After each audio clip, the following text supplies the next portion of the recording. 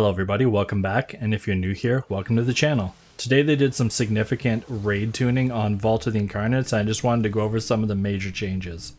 Erinog, the first boss, they almost tripled the amount of damage that Flame Patch deals. This is much higher, so you need to make sure that you're not standing in the Flame Patch after you spawn an ad, and try not to run through them because it's going to tick you for almost 100,000 damage every second. This is pretty insane.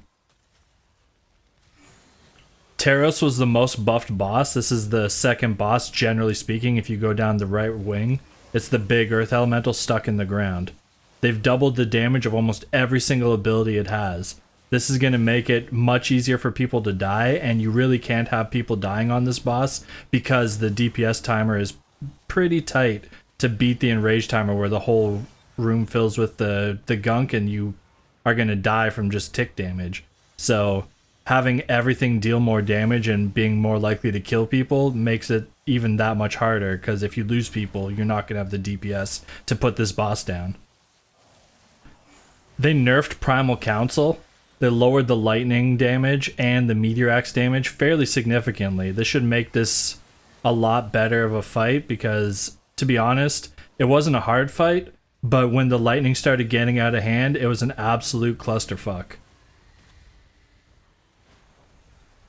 Senarth has been buffed. They minorly increased damage numbers, especially to the amount of damage that Icy Ground is going to deal. So you can't just stand in the Icy Ground because it's actually going to tick you pretty hard now. So you want to make sure you're avoiding the Icy Ground, where before in raid testing, people could just stand on the Icy Ground and use it to help themselves slide. Dathy Ascended, they lowered the radius of the conductive mark by 1 yard, so it's only hitting people within 4 yards of you. This makes it easier for spreading out and not nuking your friendlies when you get the debuff. Corrug Grim Totem was nerfed. They lowered the damage on the elemental presences, the stacking debuffs from the elementals, and they no longer buff Corrug when they die. This makes this fight significantly easier. Brewkeeper Diana had a buff to her damage that she deals to tanks, but they also made it easier to deal with eggs because there's now 3 charges on her staff. This should significantly lower the amount of time you're spending in P1, as well as making it easier to not miss killing eggs because you have 3 charges now to destroy eggs rather than 2 before.